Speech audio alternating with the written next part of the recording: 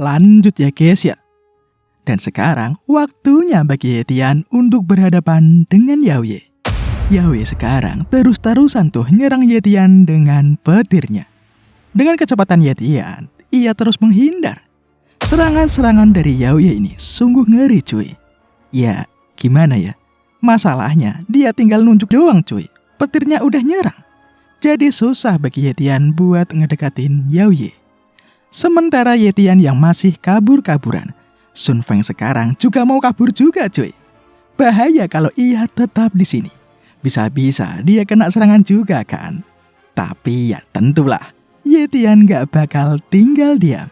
Yetian sekarang sumringah. Dan kemudian serangan Yaoye mengarah kepada mereka berdua. Auto gosong tuh Sun Feng, sementara Yetian berhasil kabur. Kampretnya Yaoye ini hanya minta maaf seluruh. Ya maklum, udah tua, jadi aimnya busuk. Setelah itu, kini dalam sekejap, Yetian udah ada di belakang Yaoye. Namun sayang, bogem Yetian dengan sepelenya ditahan dengan shield Yaoye. Nyebelin banget sih komuk dari Pak Tua satu ini. Dikarenakan Yetian udah dekat kepada dirinya, Yaoye nggak mau menyia-nyiakan kesempatannya. Yaoye pun langsung saja tuh menyerang Yetian. Yetian yang nggak sempat buat ngindar pun auto kena serangan. Yetian sekarang jatuh dari ketinggian. Di bawah ini, Yetian sekarang makin sumringah seluruh. Yetian pun tertawa. Yetian mengaku salah karena dia sempat ngeremehin seorang Grandmaster. Jika sebelumnya melawan para Elder, Yetian setengah serius, maka sekarang Yetian akan all out. Dengan cepatnya, kini Yetian udah berada di depan Yaoye. Di saat Yetian melihat status dari Yaoye, Yetian sekarang makin pede cuy. Lihat aja tuh status windownya. Ternyata Yaoye itu cuma Grandmaster yang biasa-biasa aja. Ya karena Yaoye ini cuma punya satu talent doang cuy. Ya kalau gini mah harusnya sih Yetian bisa banget tuh buat menang melawan Yaoye. Kini Yetian sekarang terus-terusan mengatakan Psy War-nya dengan tujuan supaya Yaoye ini ngamuk cuy. Kalau ngamuk kan biasanya ia lepas kendali dan tak bisa fokus dalam pertarungan kan. Cerdik banget Yetian sekarang.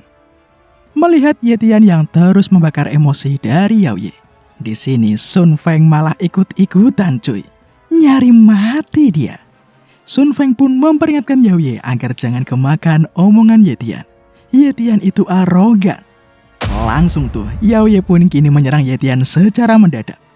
Untung aja cuy, refleks Yetian ini gila banget. Kalau enggak bisa hancur tuh tubuh dari Yetian. Yaoye sekarang pun memuji Yetian untuk bisa menghindari serangan dadakannya.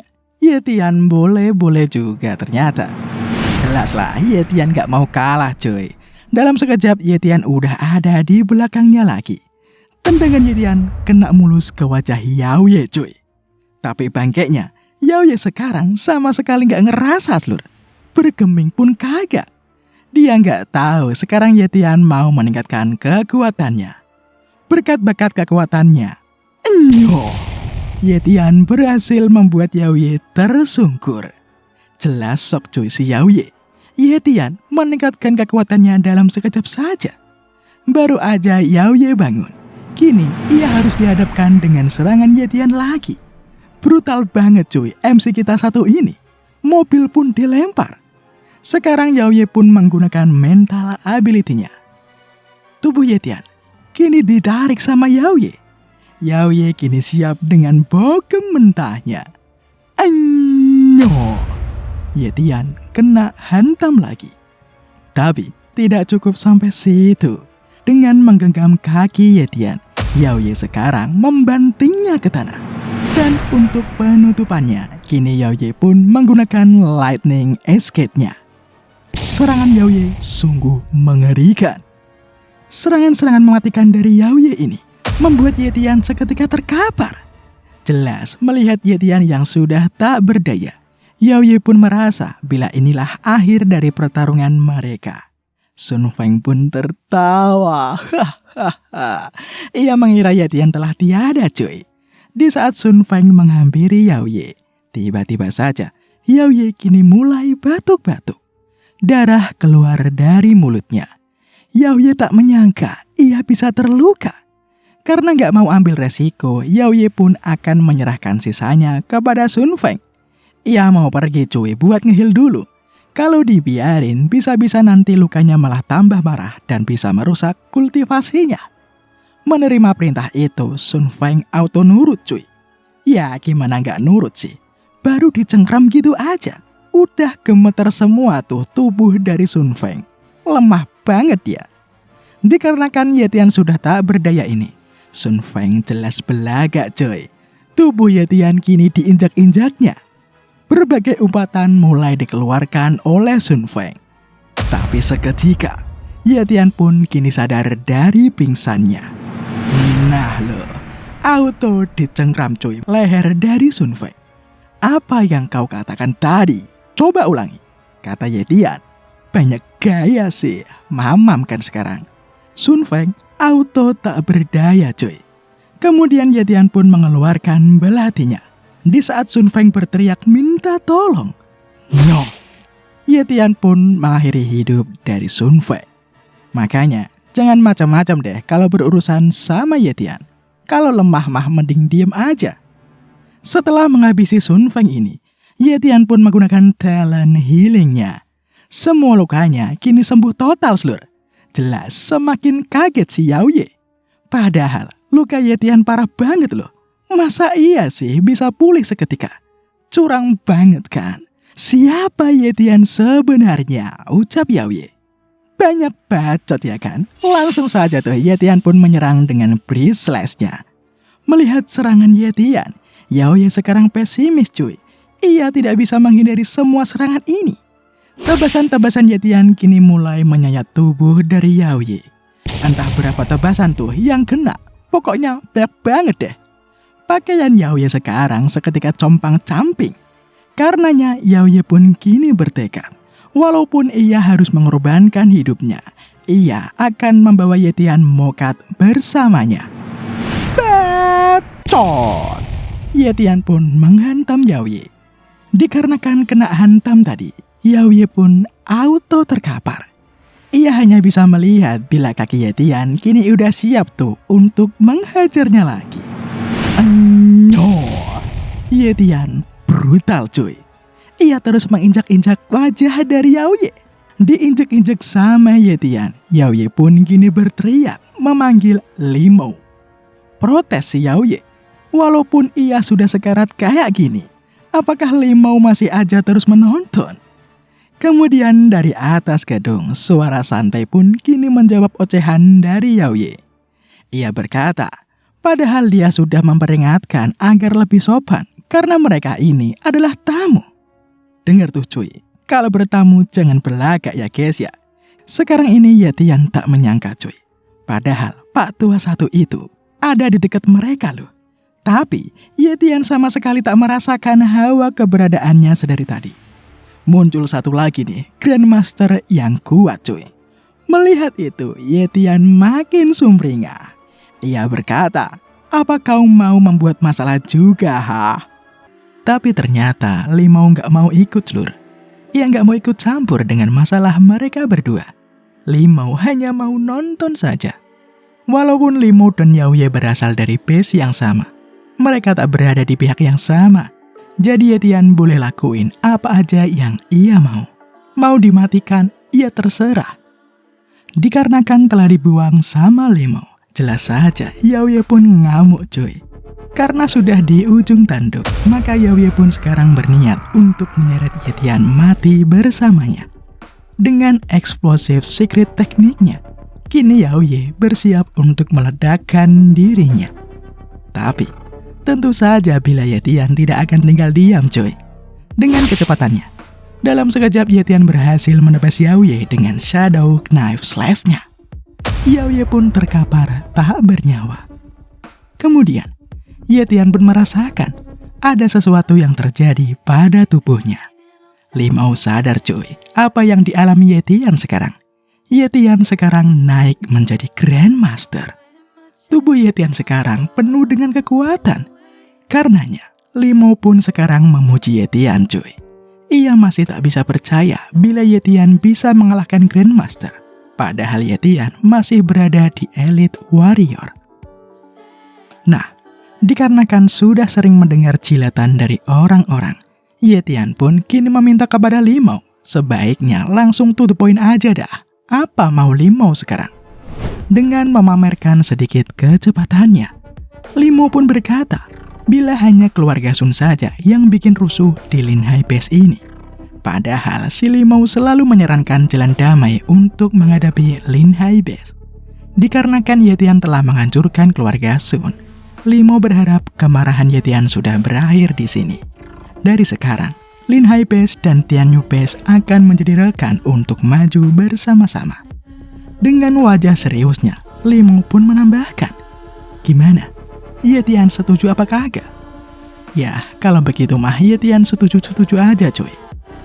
Toh Yetian udah gak peduli lagi sama Kinian. Kalau mau gitu, Yetian menyarankan agar Limau pergi ke keluarga Lin. Karena keluarga Lin lah yang merupakan pimpinan dari Lin Hai Base sekarang ini. Mendengar jawaban dari Yetian, jelas heran dong Limau. Apa Yetian gak mau menjadi penguasa di Lin Hai Base ini?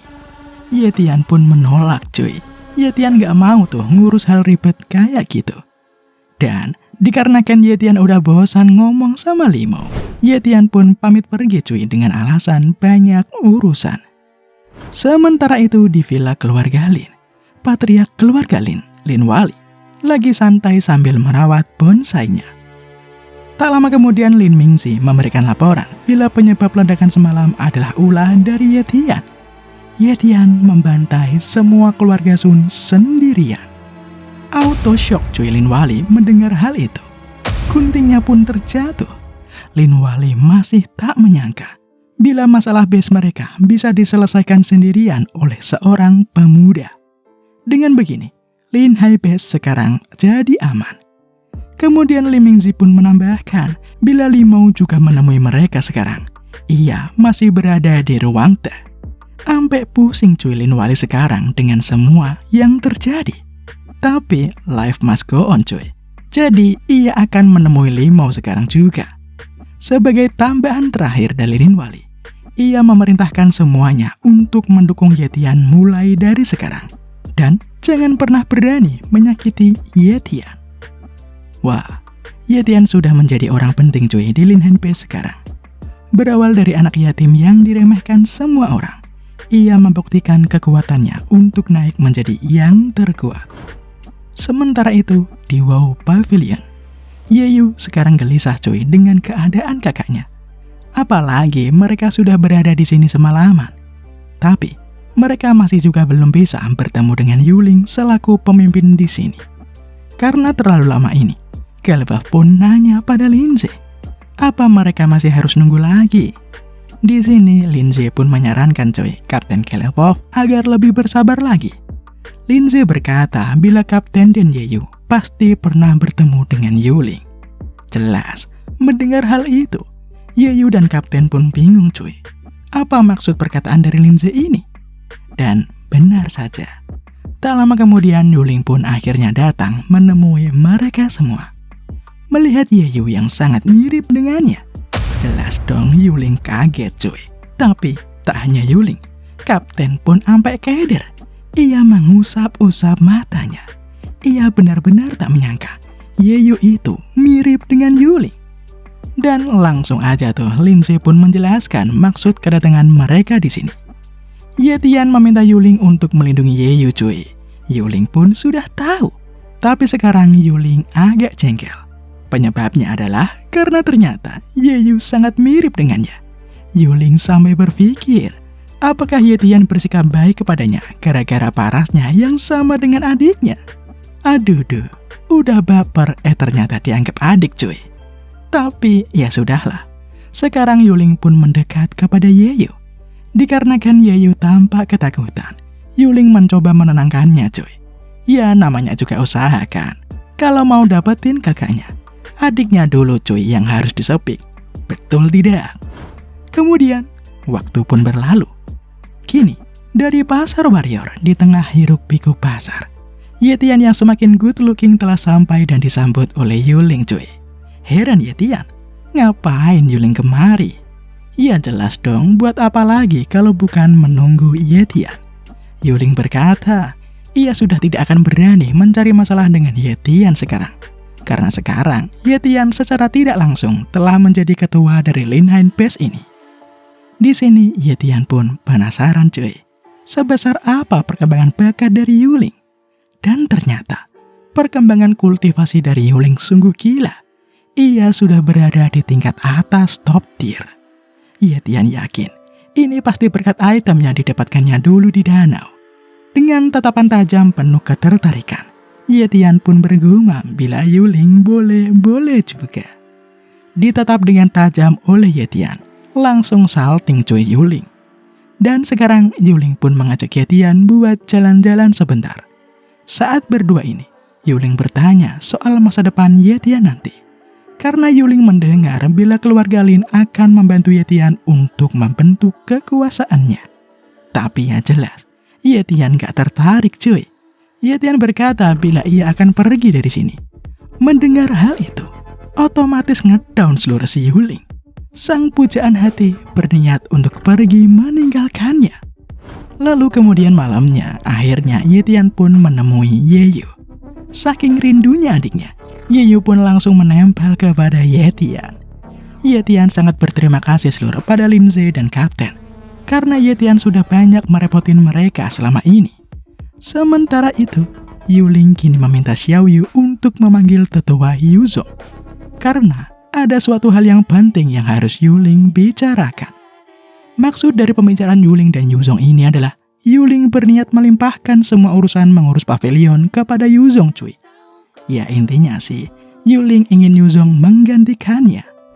Lalu kini paginya, dengan sebuah mobil, Ye-Tian dan Yeyu kini sudah siap untuk pergi meninggalkan Lin Hai Base. Ada juga Linze dan Kapten yang mengantar kepergian mereka.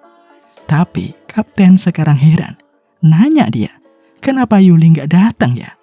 Ye-Tian sih gak peduli celur. Mau gimana lagi kan? Kalau gak datang ya sudah. Sekarang pun Ye-Tian bersiap untuk segera berangkat. Tapi siapa sangka, suara lantang Yuling terdengar meminta Ye-Tian untuk menunggu sebentar. Xiaoyu dari belakang juga ikut celur. Tanpa banyak cakap tuh, Yuling main langsung masuk aja ke dalam mobil Ye-Tian. Yuling mau ikut Ye-Tian. Lah, jelas heran seluruh Ye-Tian. Ngapain si Yuling malah ikut juga? Kalau begitu, ya mau gimana lagi kan? Mubazir kan kalau cewek cantik dan kuat ini dianggurin begitu aja. Dan jadilah Ye-Tian akan berpetualang lagi bersama ketiga cewek cantik ini. Dan begitulah cuy, akhir perjalanan Ye-Tian di Lin Hai Base ini. Kini, bersama dengan orang-orang terkasihnya, Ye-Tian siap untuk membuka lembaran baru di tempat yang baru juga.